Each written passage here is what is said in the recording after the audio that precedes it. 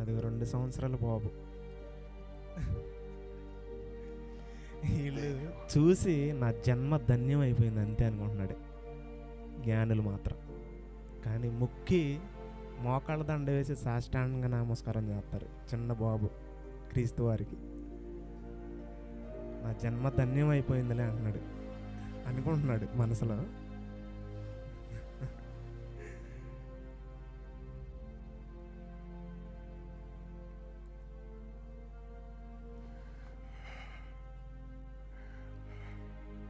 ఎన్నో ప్రయోగాలు చేశారు, ఆ నక్షత్రం ఎటు వెళ్తుందో ఎటు తీసుకెళ్తుందో అని, కానీ చూడాల్సిందే అని ఎంతో ఆశతో వచ్చారు చూడండి.